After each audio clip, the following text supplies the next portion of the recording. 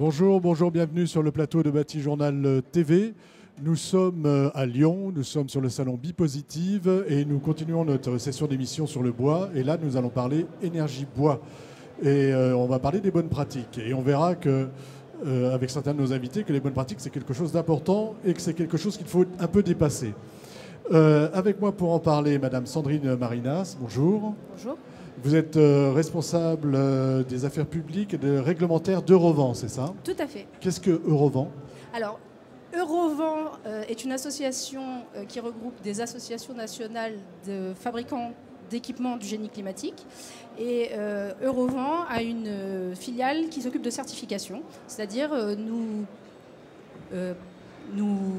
dirigeons les contrôles, les certifications des produits, des équipements du génie climatique. Et à ce titre, nous travaillons avec Flamme Verte pour les contrôles sur les équipements bois. Tout à fait. À côté de vous, Monsieur Martin Delton, bonjour. Bonjour. Vous êtes chargé de mission bois énergie Fibois, c'est ça, chez Fibois? Voilà, exactement, chez Fibois Auvergne-Rhône-Alpes, donc qui est l'interprofession régionale pour la région Auvergne-Rhône-Alpes, de la forêt et du bois. Et je suis également au sein de cette interprofession animateur de la marque Rhône-Alpes Bois-Bûche, qui est donc une déclinaison régionale de France Bois-Bûche, dont on aura l'occasion de parler. En face de vous, Monsieur Michel Lantérieux, bonjour. Bonjour. Avec vous, on va parler Flamme Verte. Flamme Verte, qu'est-ce que c'est? Flamme Verte, c'est un regroupement de constructeurs qui se sont mis ensemble dans les années 2000 pour essayer de défendre la filière et d'aller vers le progrès continu en termes de performance des appareils, d'émissions, etc. Et à côté de vous, Monsieur Éric Vial, vous êtes délégué général de Propelais. Propelais, c'est l'association du chauffage au granulé de bois qui a pour vocation de mettre en relation l'ensemble du microcosme de la filière du chauffage au granulé de bois, que ce soit les producteurs de granulés, les distributeurs, les installateurs, les fabricants d'appareils, tout cet ensemble-là, et de communiquer sur les bonnes choses que peut apporter le granulé de bois dans l'énergie, dans le paysage énergétique français. Voilà, pour ceux qui ne le sauraient pas, hein, granulé et pellet, c'est la même chose. Oui. Alors, Monsieur Vial, on va commencer par vous, parce que quand on a échangé pour préparer ce petit moment entre nous, que je vous ai dit bois énergie, bonne pratique, vous m'avez dit, oh là là, on va encore parler des bonnes pratiques. Normalement, c'est quelque chose de réglé. Pourquoi c'est réglé? Alors, moi, je réagis toujours un peu à ça, parce que ça fait des années qu'on explique ce qu'il faut faire pour avoir du bon bois de chauffage. Alors, je ne suis pas tellement concerné parce que je suis plutôt de granulé, mais ça retombe aussi sur le granulé. Et je pense que c'est connu maintenant des professionnels qui sont là autour. Simplement, ce que Martin expliquait, c'est qu'il faut quand même que ça aille plus loin jusqu'au particulier. Mais aujourd'hui, les bonnes pratiques du bois sont connues. Il faut juste les répéter. Alors, répétez-les-moi. Alors, je ne vais pas parler de la bûche parce que Martin le fera voilà, mieux mais que on moi. demandera à M. Delton de nous en parler. Nous, sur le granulé, il y a en gros 2 à 3 points importants.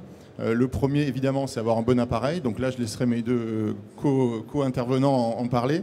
Il y a un point qui est très important aussi, c'est la qualité du combustible. C'est comme pour le bois, mais le bois bûche, mais le granulé, on a un granulé qui est certifié. Aujourd'hui, sur le marché, pour choisir du granulé pas certifié, donc du granulé qui n'est pas nécessairement de qualité, il faut faire fort, puisque plus de 99% de l'offre sur le marché aujourd'hui est certifié. Voilà, sur 1 600 000 tonnes de consommation en 2018 ou 1 500 000, on a 99,99% de bois certifié, de granulés certifiés. Donc normalement, on ne doit pas avoir de problème pour trouver du granulé certifié. Et puis l'autre point qui est pour moi aujourd'hui un point extrêmement important, qui est l'entretien. Et on a trop souvent tendance à penser que quand on est un lambda, on va dire que l'entretien, l'appareil tourne, c'est bon. Mais non, l'entretien, c'est fondamental. C'est ce qui va permettre d'avoir des bons rendements, ce qui va permettre d'économiser du combustible, ce qui va permettre de ne pas faire d'émissions de particules.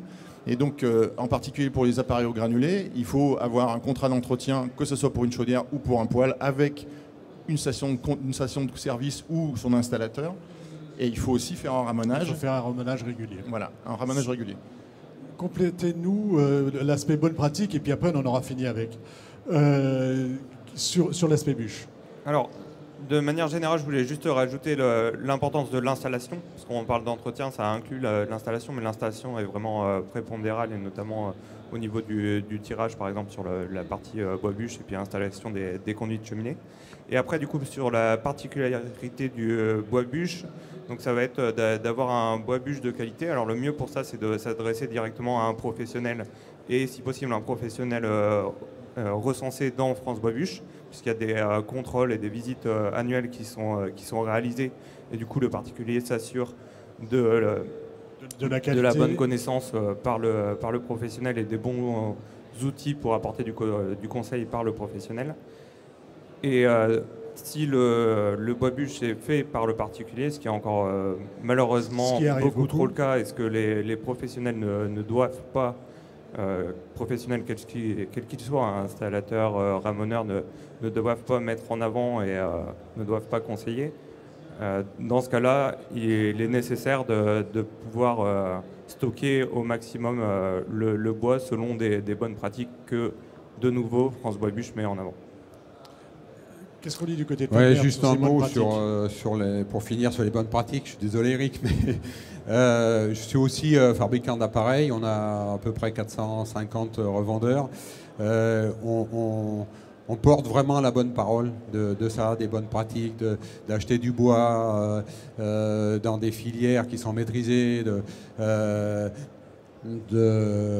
faire attention au démarrage, à l'allumage par le haut. Il y a tout un tas de choses qui sont importantes pour la bûche, effectivement, et qui sont beaucoup plus évidentes, je dirais, pour le granulé. Mais malgré ça, quand même, on a du mal à porter, nos clients ont du mal à porter jusqu'au grand public. Parce qu'il faut aussi reconnaître qu'il y a beaucoup de gens, ce que vous disiez, c'est qu'il y a aussi beaucoup de gens qui ont utilisé des filières en parallèle et que du coup, c'est difficile de maîtriser l'humidité, c'est difficile de maîtriser un certain nombre de choses. Donc c'est vraiment un discours qu'il faut marteler au niveau du grand public, parce que la performance énergétique, elle passe par là.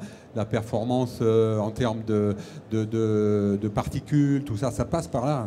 La performance énergétique, c'est comme n'importe quelle énergie. On n'achèterait pas du gasoil de mauvaise qualité, ou du fioul de mauvaise qualité, ou du gaz de mauvaise qualité. Exactement. Mais on n'est pas conscient de ça. Si vous voulez, quand le bois il est humide, eh ben, l'énergie du bois, il faut d'abord sécher l'eau, quoi. Et donc on perd 30 à 40% de rendement juste parce qu'on va sécher l'eau qui est dans le bois. Donc le premier message, il est sur l'énergie. Je pense que pour toucher le consommateur, il faut parler prix, il faut parler confort et il faut parler sérénité et durée de vie de l'installation, plus que vraiment bonne pratique, pour que le consommateur voit directement un impact et un intérêt réel.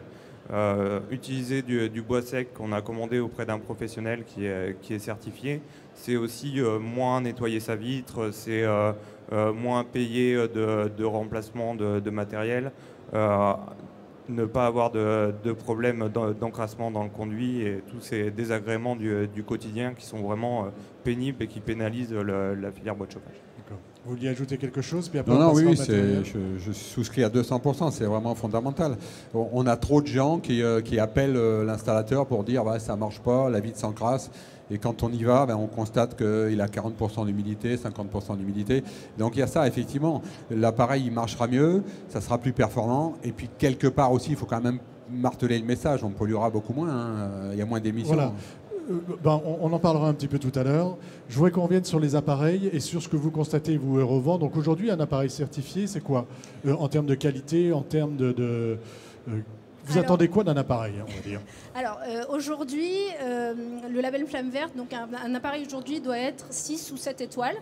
Et ça correspond à des minimums de rendement énergétique et des maximums d'émissions. Donc nous, notre rôle, c'est en laboratoire de contrôler que le produit répond bien à ces exigences. Ça passe par des contrôles a priori avant la mise sur le marché de l'appareil et des contrôles réguliers sur la production réelle. Donc nous, notre rôle, c'est s'assurer que dans le temps, le produit continue à répondre aux exigences. D'accord. Ce que vous cherchez à savoir, c'est si le produit est bien aussi efficace qu'on nous le dit. Exactement. Est-ce que ça représente combien de produits? Ça représente quel type de produit? Alors on est sur le bûche, sur le granulé. C'est quoi? C'est des chaudières, c'est des poêles, c'est tout ça. C'est tout ça. Et sur le marché français aujourd'hui, est-ce que tous les produits sont certifiés? On le sait mais ou pas? Oui, le label Flamme Verte est très représentatif du marché français. Oui, on va dire que ça représente 80% des appareils au moins. Il y a 75 marques de mémoire, il doit y avoir à peu près 75 sociétés, il doit y avoir à peu près 4500 marques. Donc c'est énorme. Le label Flamme Verte, c'est aussi un modèle européen, parce que je discute avec mes homologues européens. Et en fait, la volonté aujourd'hui, ça serait de dupliquer le label Flamme Verte au niveau européen, parce qu'ils disent, finalement, c'est bien votre label, il y a une vraie démarche de qualité, de progrès. Allons-y sur le label. Dites-nous où on en est aujourd'hui et qu'est-ce qu'on attend en fait d'un appareil de qualité. Donc là-dessus, on travaille effectivement en partenariat avec Eurovent qui sert de tiers certificateur.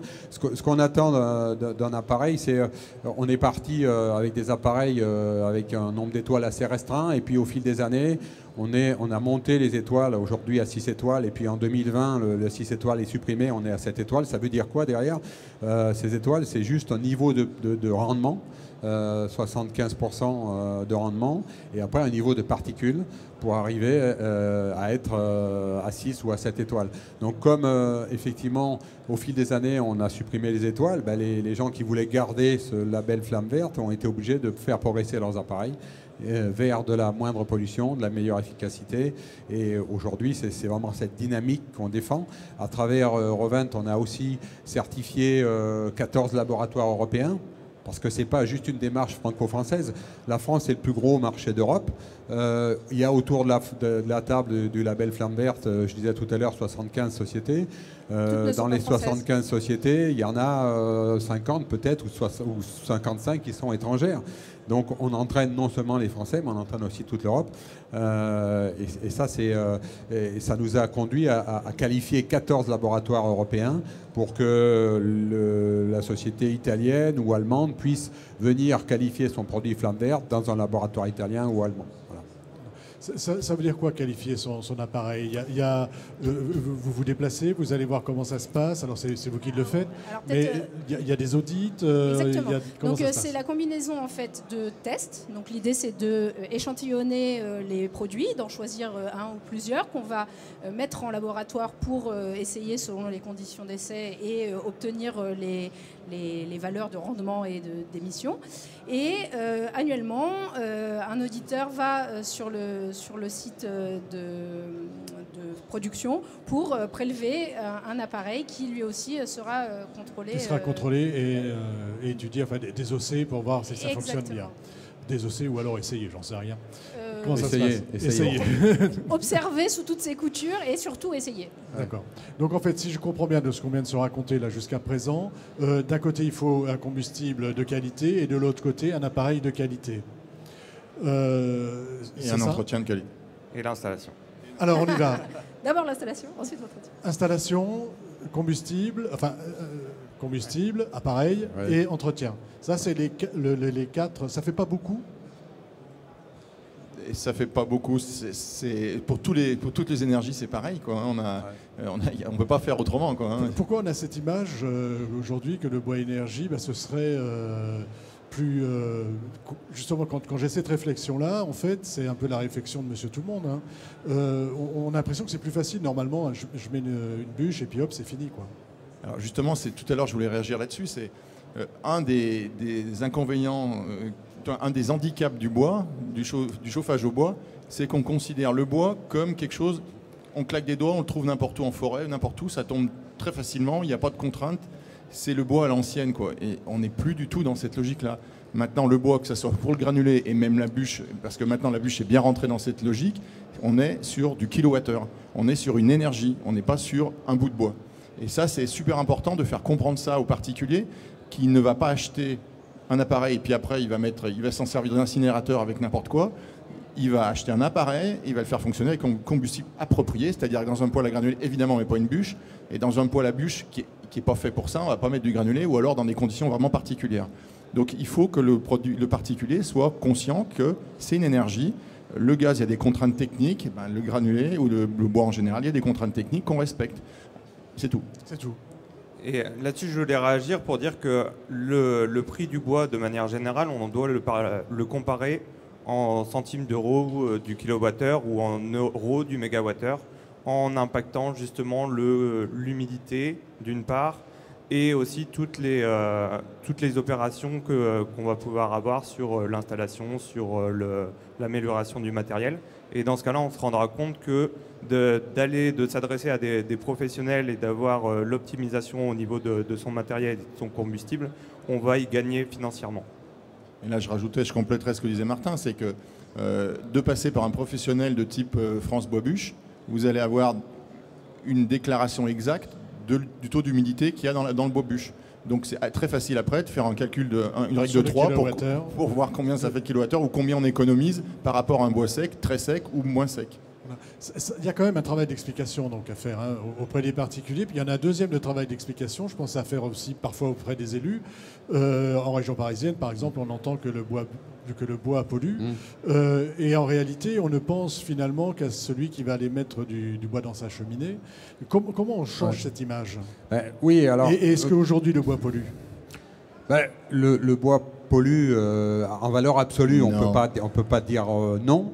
Mais toutes les énergies polluent plus ou moins. Je crois qu'aujourd'hui, le bois pollue 8 fois moins ou 10 fois moins que ce qui polluait. Quand on dit que le bois pollue, on pense à quoi? On pense aux particules. Enfin, à Paris, on pense à ça. Oui, mais à Paris, on pense foyer ouvert dans les appartements haussmanniens. Combien il y en a qui l'utilisent, ce foyer?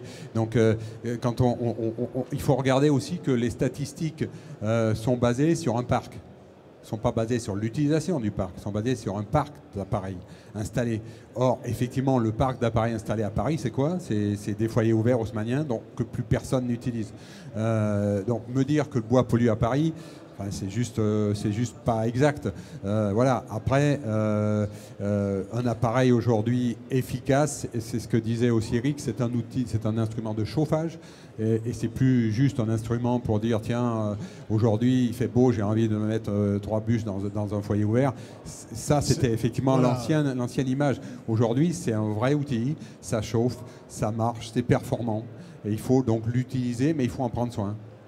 Vous vouliez ajouter quelque chose? Par rapport à la problématique de relais par les élus et par les territoires ou par les journalistes, donc en dehors du circuit professionnel, il y a la démarche des fonds Airbois et des aides par les territoires pour changer les appareils d'une première part, mais aussi pour communiquer sur les bonnes pratiques et sur le chauffage au bois de manière plus générale.